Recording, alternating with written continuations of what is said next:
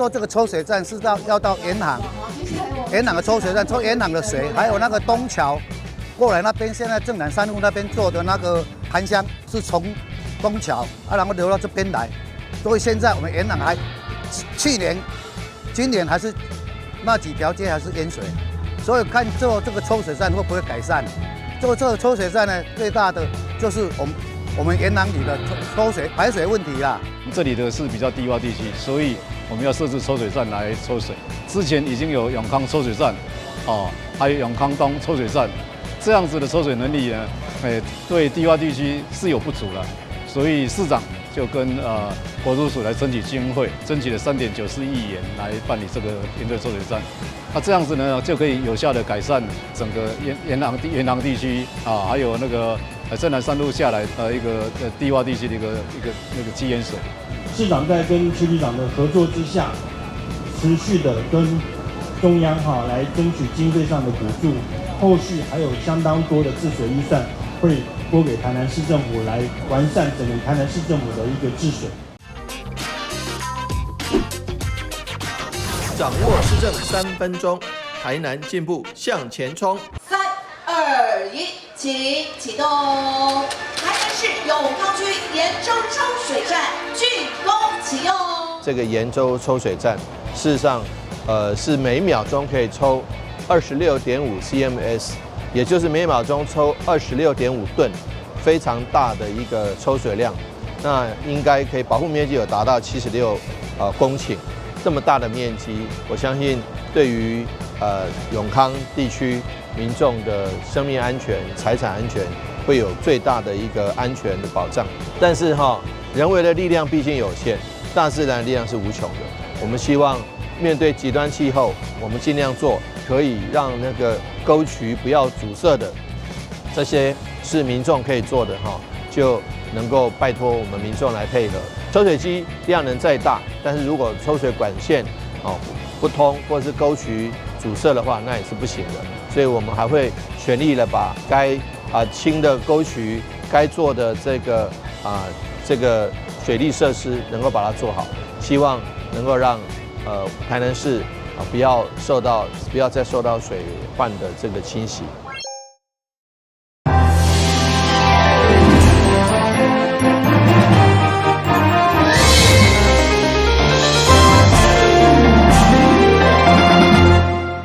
大家好，我是陈碧纯，欢迎收看10月23号礼拜3的中嘉台南地方新闻。台南的历史文化甲交通便利安怎处理平衡，再次成为讨论的焦点。议员蔡小薇在总咨询不满指出，100年古迹台南火车站为2017年开始修复以后，却被代替的厂商收歹去，造成修复工程遥遥无期。市长嘛批评代替一事无成，目前已经由文资处接手来处理。根据统计，台南火车站每一天平均5万人次的出入。不过，议员蔡小薇指出，2017年启动修复工程到今，竟然是被代替发包的厂商收歹去，造成古迹修复遥遥无期，对咱的门面造成严重伤害。对此，市长嘛讲重话，7档月来代替一事无成，后续将交予市府文资处接手处理。厂商把古迹修复坏掉了嘛，一直整体以来，整个延伸到今年2024年包含了我们之前经历了台湾灯会，我们现在是台南400，整体来讲火车站可以说是全国第3大的火车站，每天的人次将近5万人次你这人来，不过咱的火车站就是对台人的第一印象其实是不佳的。这5、6年来都一直在感觉在工区里。所以明年接着不管是全空运或者是设计展，要在台南再继续来做了只会有更多的人来到台南。就是这5、6年来台铁一事无成。对吧？现在这个时候把这个踢给台南市政府，但是我们不回避，我们既然接下这个任务，就赶快把它做好。我们文资处来接手后续的一些关于现况调查跟这个后续的这种修复拟定的原则，这个事情我们会来做因为我想，因为我们经验也会比台铁还要更就我知道的一些啦，所以就我知道的程序啦，10月中应该就要公告了啦。一般除了欢乐火车站修复工程遥遥无期，要求和高级的门面，连同战前圆环广场的设计同步改造以外，嘛针对体育署明年8月升格运动部，所以强烈建议市府争取运动部来台南设立，以活化台南运动产业的发展。台南新闻管制张硕维采访报道。目前台南市安南区51里当中，独只有公亲里，无活动中心，嘛无公园，好济里面非常的怨叹。议员黄丽娇伫总质询，就要求市府说服地方，用公办市地中划方式来处理公园用地，才有机会建设来造福民众。连续4档核酸水患自主防灾社区特有的公亲里，议员黄丽娇伫总日宣讲，该里算是多会型的主题区，不过质疑真侪地北的分类甲使用现况并无符合，甚至是安南区51里唯一无活动中心嘛无公园的，所以要求地政局听出多数里民心声，用公办市地中划方式来开辟公园等多无票使用。并且伫黄市长任内做好规划。连公园都无，连活动中心都无。今天我们就是要透过我们台南市政府，能够这一方面来做一个妥善的改善，能够让它能够都更以后，把这中划用中划方式来把这徛户、这土地能够明朗的把它归类。包括道路，买当开较大条啊，一条道路遐尼那细条。包括像目前公亲里在安南区51个里，唯一没有活动中心的地方。我有信心，第2年来，这个规划会当好，会当互咱开工啊是安怎吼？因为你也看讲这几档来，咱敢若市政府做的公办中划，对，争议少，民众都肯定，而且市府也得到了许多土地。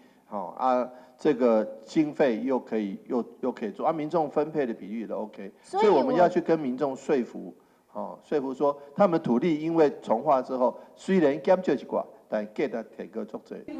对此，地政局长嘛回应，会前往公亲里办说明会，召地方议员，而且地主甲面积实际过半，得当进行公办中划，避免主办的纠纷，提高土地价值，期待带动多年来无度发展的困境。台南新闻管制张硕维采访报道。台南市府会合作3读通过《永续城市管理治理条例》。明确规范各局处的权责。不过，议员陈秋平伫总质询却批评警发局伫充电站安全管理规范拢无作为，甚至是推卸责任，要求一定要落实，才会当保障民众的安全。议员陈秋平总质询一开始也真温柔，学了市府打造宜居城市的成绩。不过话一转，就开始质疑市府团队有人也咧困，而且困袂醒。原来议员就是针对电动车充电桩等设立的目标，交通局甲教育局都有努力达成。多多经济发展局伫制定用电安全管理规范，却一直拢无作为，甚至推卸责任。强烈要求一定要做，对此市长嘛出面劝解，讲市府团队一定会全力配合。在你工作报告的时候，部门咨询我提起来讲，你说没有你们的事情，现在都是那个交通局的事情，哇，我火了！这个中央到地方都有对应的这些单位你是要哪个引？因为我跟你讲，工作报告的时间不够。通常都3分钟、5分钟，若要等一个3分钟，可能要等1、2点钟。所以我今天才会跟你讲，你到底做不做？你有做，你跟我讲，你做得慢，我也不会骂你，是不是？我也会给你时间，但是不是啊？你推给别人，你到底要不要做？我现在问你。这个部分我来检讨啦。检讨我问你啦，有要做无啦？不是检讨，2个字就可以解决了。我觉得其实这个是整个全市政府的事情了，所以经发局的也没有置身事外的可能了。我们会请经发局来加紧来做这个依法该做的部分。除了他自己讲的用电安全之外，那整个市府一起推动这个充电桩的部分，我们会努力来去做这个检讨。根据了解，台南市为了配合2050年净零碳排目标，府会合作伫这届第3次会期已经3读通过《营造城市管理自治条例》，其中就是要升并2040年电动车充电站加补助公寓大楼的设站比例。当然，为了保障公共安全，伫制定用电安全的管理，嘛是袂当欠缺的一环。台南新闻军籍张硕维采访过的。台湾民主甲人物冠状台湾民主类册展，伫台北举办以后，现在来到南台科技大学，展出台湾民主相关的重要典籍，有伫史期到近代实体史料、书籍刊物甲所谓的资料，希望透过主题册展，互学生认识台湾的自由是真无简单，才来得到的。来到南台科技大学，有一间以第一任校长吴三连号名的三连堂。伊参与过新民会、台湾文化协会等文化运动，是台湾民主的重要人物。为了让学生了解相关历史，学校图书馆跟国立台湾图书馆合作，举办主题册展。这一次其实里面特别讲说，台湾在整个100年来的民主发展的历程之中，有哪些的重要的人事物值得我们去追思。这些人物经过400年来筚路蓝缕的走过来，我们想传达的是一种自由民主可贵的价值。第二个部分，我们知道，当然这过程里头，台湾民主的400年里头，包括了我们说经过修宪的过程，7次的修宪过程，以及动员戡乱时期的废止，以及我们所谓的刑法100条的废止。台湾民主运动大约为1920年开始，包括蒋渭水、蔡培火、蔡慧如等人，拢是代表人物。展览当中，除了历史资料、相关册本以外，嘛特别挑选甲在地连接的历史做介绍，也是日本老相片甲图画，呈现8冬以来的台湾民主。金曲歌王谢明佑嘛以行这首歌回忆这条民主道路。沿路行，伫迄个时代，因为思想控制，一寡歌拢袂使真正写，拢爱写爱情。拢爱写一寡生活，民主运动一路行来，本来就足辛苦。伫图书馆内底，伫动员戡乱时期，你要找到今仔日一部分的册是找无的。结合国家甲地方的图书馆，互学生深入了解台湾民主的艰苦甲成就。台南新闻社会采访报道。中央新闻在基隆，中嘉新闻在台北。中嘉新闻在新北，中嘉新闻在桃园，中嘉新闻在台南，中嘉新闻在高雄，忠实呈现最佳新闻。每周六下午1点，请锁定高雄都会台中嘉新闻周报，带给您最在地的观点，最有人情味的报道。台湾好新闻就在中嘉新闻周报。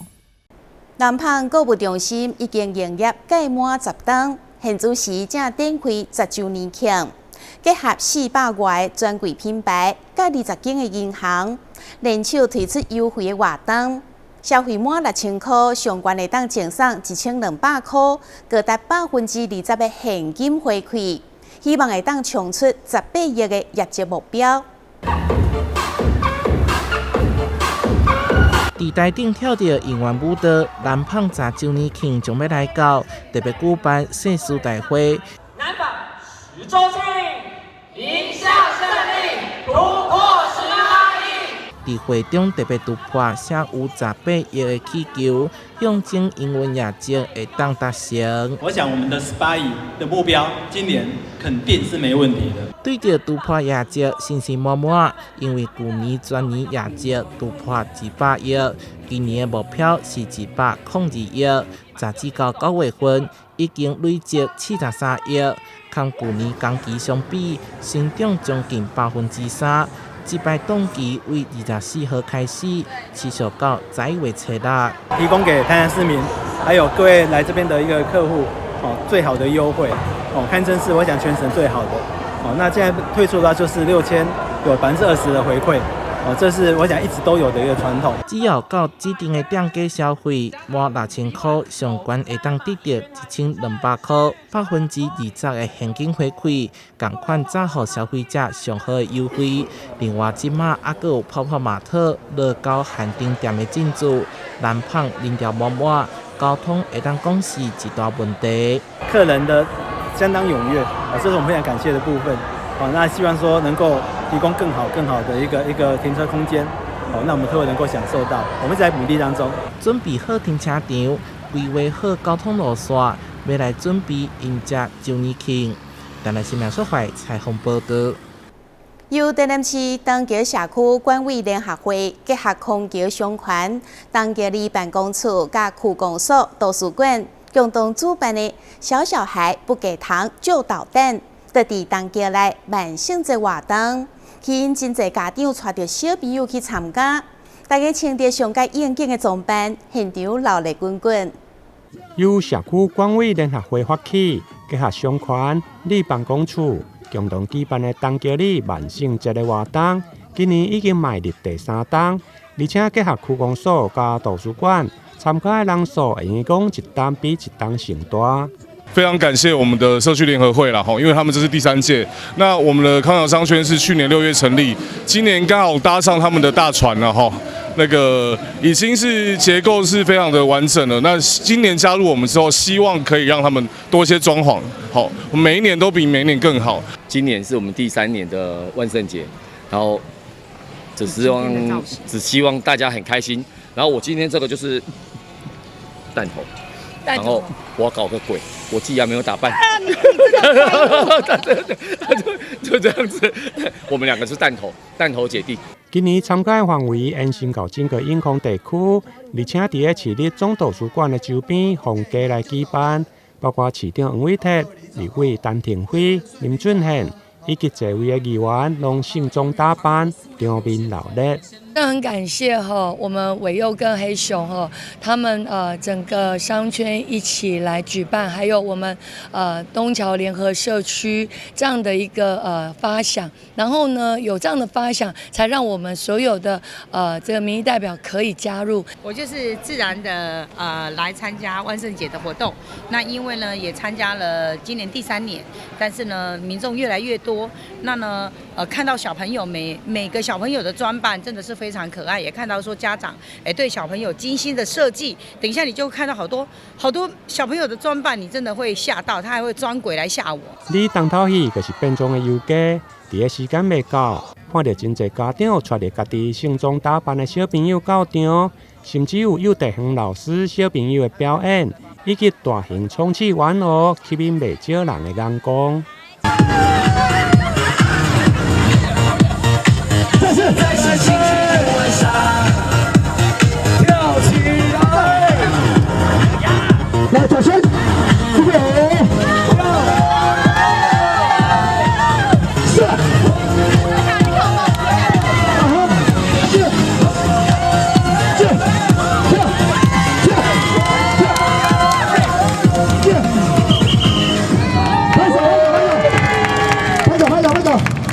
最后，伫市长民意代表甲主办单位共同的鸣笛，变装的游家正式起跑，整个现场热闹滚滚。台南新闻林根采访报道。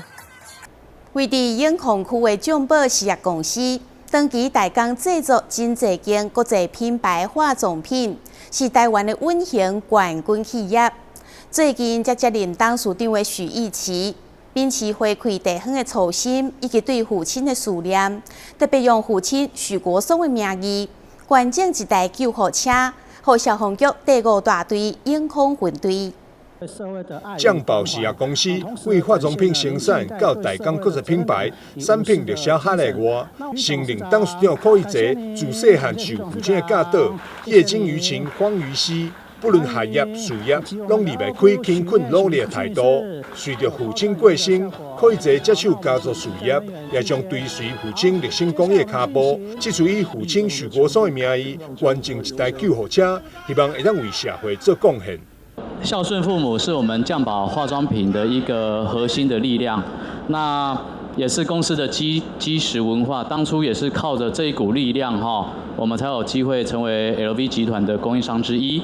那父亲的理念就是这个业精于勤，荒于嬉不管你是在学业、事业、家业上面，爸爸的谆谆教诲，我身为他的儿子都铭记在心也谢谢他的这些谆谆教诲，我们不敢有一分的怠慢。消防局长李明峰表示，台南市一档的救护件数有9万件，永康地区人口高达23万，救护量的需求也相对较济。这次后进的救护车完整配备12道程、骨针加自动苏醒器等，会当救回真侪生命。台南市一年呢，跟各位报告，一年的紧急救护呢要9万多件，而且成长率年成长率是6%到8%之间一直在成长，只会成长不会下降了因为像我已经66岁老人了我们老人人口越来越多，所以需求也越来越多。那么我们消防局的弟兄们，我们都感谢议会的支持，还有市长的大力支持，所以我们的消防人员的紧急救护都经过很好的训练，而且我们也自己训练高级的急救技术员，所以跟徐董报告，就是说救护车你交给我们消防局，那我们会好好的来应用它，来把这个需要的人把他及时救回来。像现在上面的这个自动 CPR， 还有12道程，这个可以救很多的人。科家以孝道传家，可以济将对父亲的思念化为大爱，来守护永康地区的民众。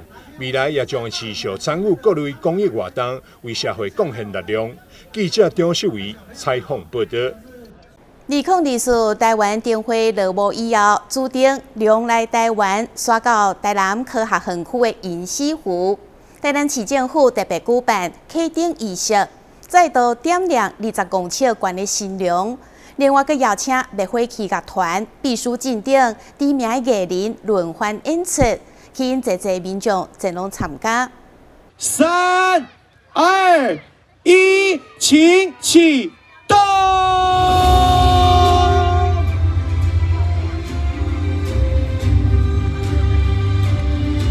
金银双色的神龙搭上彩色律动，绚丽的光雕秀在夜晚中绽放光芒。这是今年台湾灯会的主灯龙来台湾，是以台南大天后宫殿前的龙柱设计。在台湾灯会期间，它是一个大的灯笼，可是来到南科这个地方，接下来它会成为一个公共艺术的作品。这只龙成为象征吉祥的公共艺术，在南科银溪湖畔成为新地标。主灯在事前已经更换为耐久材质，光源也从内部改为外部 LED 探照光雕，预计可以保存到下一个龙年。灯会结束后，过去常常有些地方的灯跟主灯都不是被拆解掉，就是被浪费掉，就沦落到某一个市区里面的某一个角落，这样反而不好。我们今天把一个龙来台湾的一个荣耀来到新市的南科园区，南科今年的产值也会创历来的新高。那所以说，龙带来好运，龙给台湾、给南科都带来非常好的运道，也给所有的市民朋友们也期待能够带来好运。市长黄伟哲希望龙来台湾持续荣耀台南，给南科带来好运。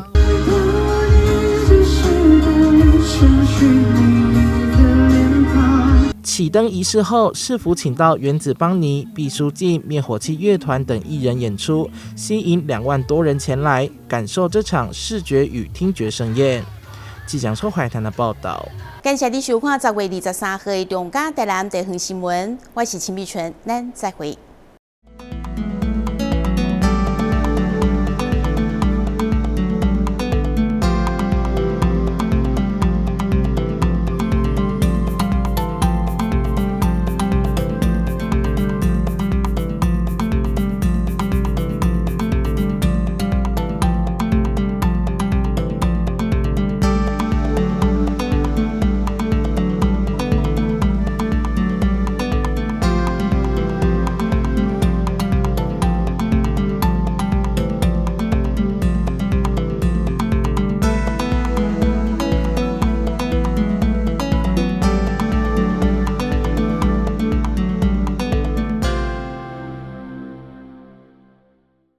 又有人上当了，有钱要进来了。只要你敢领，警察一定抓到你。抓到也不会那么严重啊。打诈新司法上路，严惩诈欺犯，骗越多关越久，最多关12年，最重罚3亿元，提高假释门槛，犯3次不得假释。要让诈骗集团想骗的不敢骗，已经骗的会被抓，骗到的没得花。守护诈骗被害人，提供被害人多元协助，有疑虑就打165，让政府来帮你。打诈新司法，加重刑罚，共同打诈。现身河投资群组，传授心法，保证获利耶！下载 APP， 投资储值。等一下，我没有开任何投资群组，这个是诈骗。打诈新司法上路，扫荡投资诈骗，严惩诈欺犯罪，最重关12年。有疑虑就打165，让政府来帮你。打诈新司法，加重刑罚，共同打诈。等一下。那个杨秀慧是假账号，政府为什么不管不抓啊？国之将亡，必有妖孽。马翔啊，不进户啊要是我一定立法严办严惩，增加更多的打诈工具。这边已经有啊，打诈新司法上路喽！每当个给我名怕公狗，严惩诈欺犯罪，最终关12年喽！全民来打诈，反诈165，反诈有你我。打诈新司法，加重刑罚，共同打诈。还记得演练抗震保密3步骤吗？我记得哦，趴下、掩护、稳住。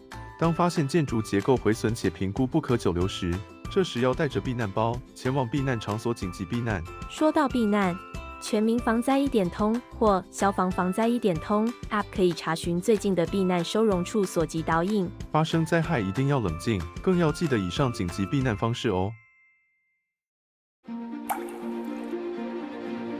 用水不浪费，滴滴皆珍贵。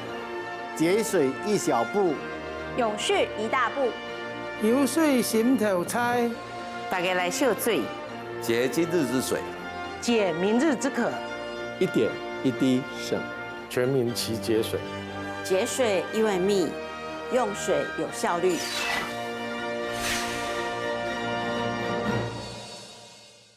避免阳光直射，距离墙面10公分以上。定期清冰箱，让内部冷气流通。温度设定26到28度，家电扇助循环。睡觉定时4小时，滤网2周洗1次，提高降温效率。更换 LED 灯具，省电50%。随手关灯，选购有节电标章、效率1级的产品。随手关灯，节能减碳，减轻地球的负担。节能省电救荷包，爱护地球一起来！消灭用电怪兽大作战，请你跟我这样做。消灭冰箱怪兽这样做，避免阳光直射，距离墙面10公分以上。定期清冰箱，让内部冷气流通。热时冷却再放入，减少耗电量。不要频繁开关，压缩机运转很耗电。消灭冷气怪兽这样做。温度设定26到28度，家电扇助循环。睡觉定时4小时，滤网2周洗1次，提高降温效率。冷气启动最耗电，切勿频繁开关。换购冷气时 ，CSPF 值越高越省电。灯光照明占家用电量10%。消灭照明怪兽这样做。更换 LED 灯具省电50%。灯具定期擦，提高光源效率。善用日光效益，不开灯不耗电。随手关灯，随手关灯，随手关灯，打击耗电小怪兽。煮饭前先浸泡，缩短烹煮时间。随手拔插头，家电不待机。累积衣物一起洗更省电。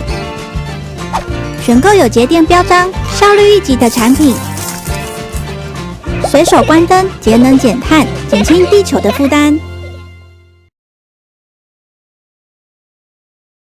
又有人上当了，有钱要进来了。只要你敢领，警察一定抓到你。抓到也不会那么严重啊。打诈新司法上路，严惩诈欺犯，骗越多关越久，最多关12年，最重罚